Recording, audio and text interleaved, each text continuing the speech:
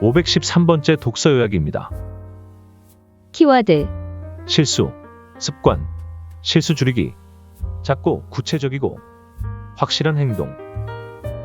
책 정보, 제목, 실수하지 않는 사람들의 사소한 습관. 저자 이노 겐지, 출판일, 2022년 11월 11일. 상상빌더 한 줄 요약, 실수를 줄이자. 책 소개. 나는 왜 자꾸 실수를 할까? 실수를 줄이면 일 처리가 매끄러워지고 하루의 만족도가 높아진다. 반면에 자주 실수하는 사람으로 한번 낙인 찍히면 주변 사람들의 신뢰를 잃을 뿐만 아니라 새로운 프로젝트를 맡을 기회도 없어진다. 높은 성과를 보여주는 것보다 실수 없이 일을 처리하는 것이 더 먼저인 이유다. 이 책은 내 앞에 놓인 작은 실수부터 줄여나가자고 제안한다. 그 출발점은 나의 실수를 언어화하는 일이다. 다음부터 조심해야지라는 두루뭉술한 다짐보다는 숫자 실수가 많으니 앞으로 2번 확인해야겠다고 구체적으로 말하는 것이 좋다. 저자는 자주 실수하는 상황들을 구체적으로 제시하며 독자들이 자신만의 체크리스트를 만들어갈 수 있도록 돕는다. 실수를 줄이는 방법은 강력한 마음가짐이 아니라 사소하고 작은 습관임을 설득력 있게 보여준다. 반복되는 실수에 지쳐 스스로가 답답한 사람들에게 명쾌한 해답이 될 것이다. 책에서 얻은 내용. 실수는 조심한다고 없어지지 않는다. 파일을 첨부하지 않고 메일을 보내버렸다. 서류에 오타를 냈다. 또 뭔가를 놓고 왔다. 일상생활을 하며 누구나 사소한 실수를 합니다.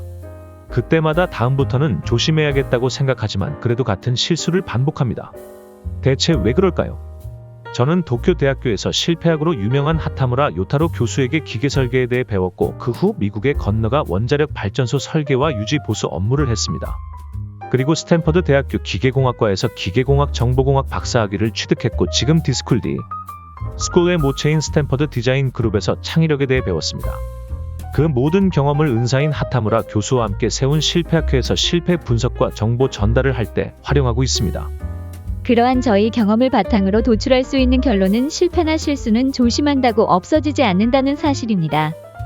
일하면서 하는 사소한 실수, 필요한 물건을 챙기지 않는 실수, 이러한 일상적인 실수를 한 후에 사람들은 대체로 다음부터는 그러지 말아야지 라고 생각합니다. 하지만 그래도 실수는 대부분 반복됩니다. 조심한다고 해도 좀처럼 나아지지 않기 때문에 인간의 창의력과 실수 경험을 공유함으로써 세상의 실패, 사고, 실수를 없애고자 하는 것이 실패학회가 하는 일입니다. 그저 조심하기만 하는 것이 아니라 창의력을 발휘해 실수를 줄일 수 있는 하나의 프로세스를 더 추가하는 것입니다. 예를 들어 틀에 박힌 회사 서류 그 자체를 바꾸지는 못하더라도 컴퓨터 화면을 조정해서 서류를 다른 각도에서 다시 한번 확인한다면 애쓰지 않아도 실수를 줄일 수 있습니다. 우리는 왜 이렇게 지쳐있고 실수를 반복하는 걸까? 현대 사회를 살아가는 우리는 옛날 사람들과 비교할 수 없을 정도로 많은 정보를 주고받고 있습니다.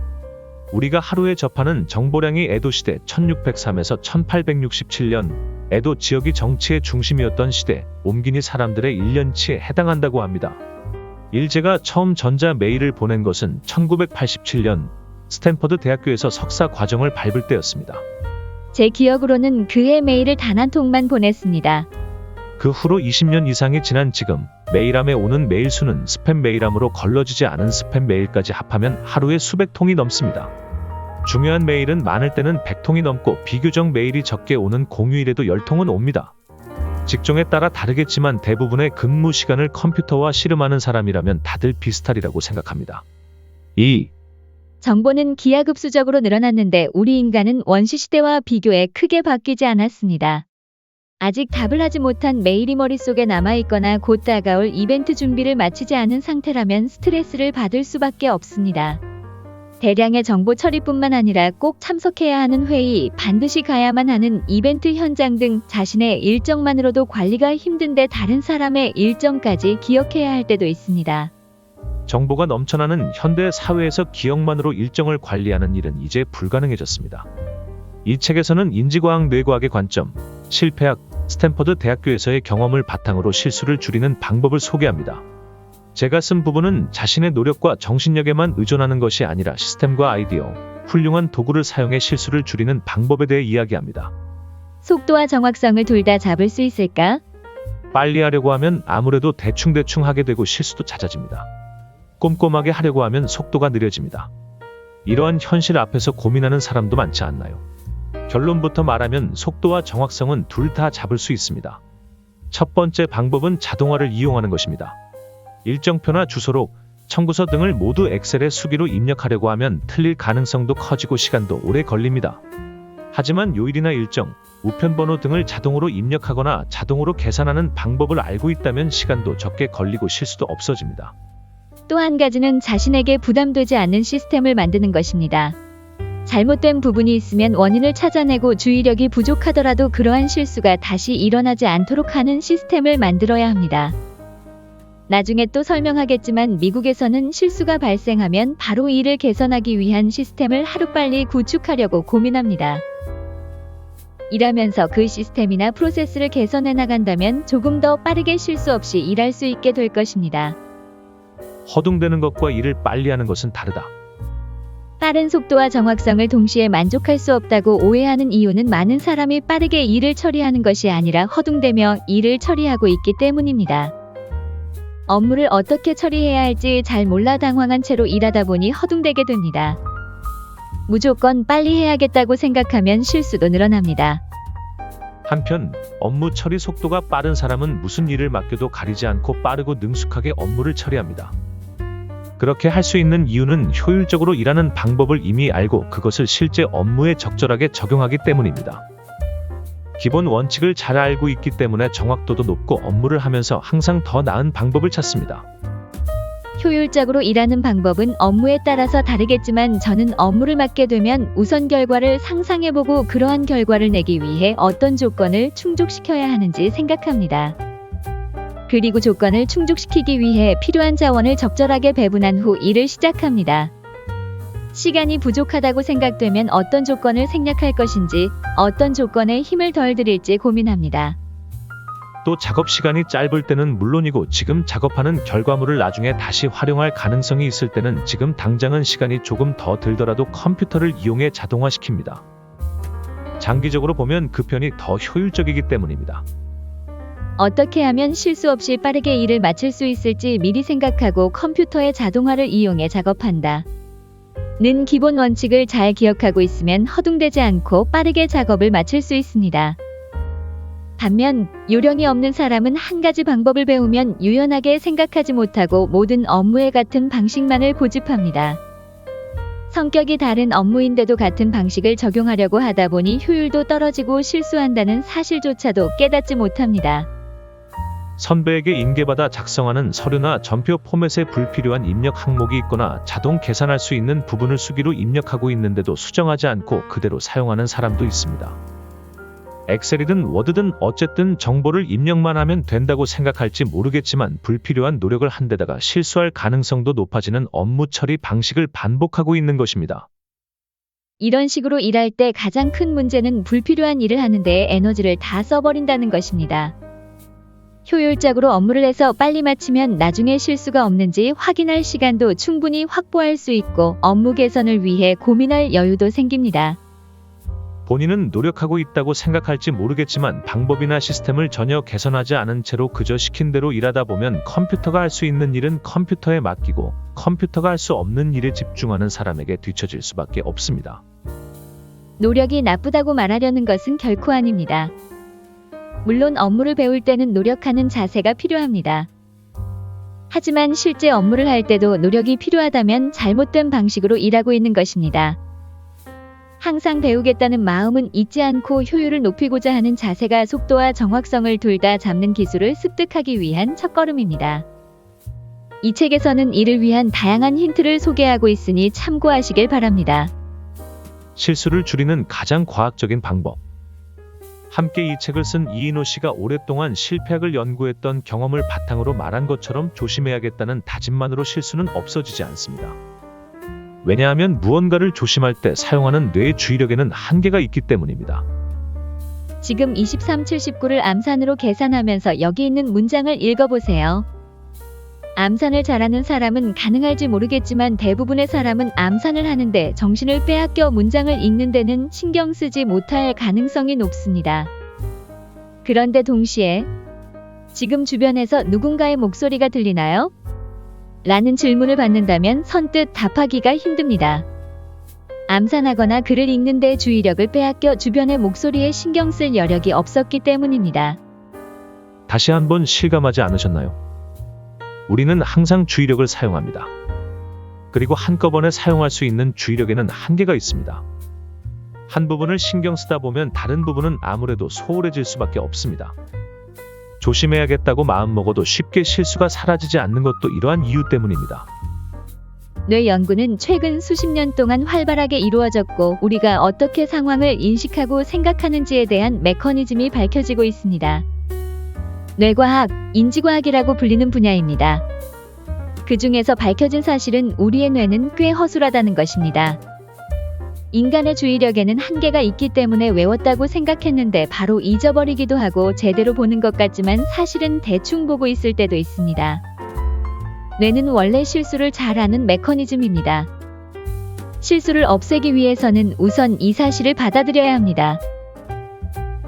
우리의 뇌는 주의력 용량에 한계가 있지만 동시에 다양한 노력을 통해 이러한 한계를 극복하는 실수하지 않도록 노력하는 메커니즘을 가지고 있기도 합니다. 그중 하나가 암묵 기억 implicit memory입니다. 하나하나 주의해서 보지 않더라도 무의식 중에 현재의 행동에 영향을 주는 기억입니다. 이 글을 편하게 읽을 수 있는 이유도 지금까지 축적해온 언어에 대한 암묵 기억이 있기 때문입니다. 다만 아이러니하게도 이 암묵 기억의 작용 때문에 지식이나 과거의 경험에 얽매이게 되어 착각, 고집 등으로 인한 실수가 발생합니다. 역시 우리의 뇌는 안 그러려고 노력은 하지만 실수하기 쉬운 메커니즘을 가지고 있는 것입니다. 실수를 없애고 업무 속도도 빨라지는 뇌 사용법. 저는 30년 이상 속독과 카운슬링, 코칭을 실천하고 연구하면서 주의력 작업 기억과 암묵 기억 등 뇌과학과 인지과학을 접했고 이를 통해 새로운 세상을 보게 되었습니다. 현재는 많은 사람이 고민하는 실수를 통해 뇌의 메커니즘을 알리고 제대로 활용하는 방법을 가르쳐주는 일을 하고 있습니다. 자주 실수하지만 노력하고 있는 뇌를 이해하면 실수가 발생하는 원인을 알 수 있고 실수를 없앨 수 있습니다. 그것뿐만이 아닙니다. 뇌를 어떻게 하면 효율적이고 효과적으로 쓸 수 있는지 깨닫게 됩니다. 집중한다는 것은 무엇을 의미할까요? 집중이 안 될 때는 뇌 속에서는 무슨 일이 일어나고 있을까요?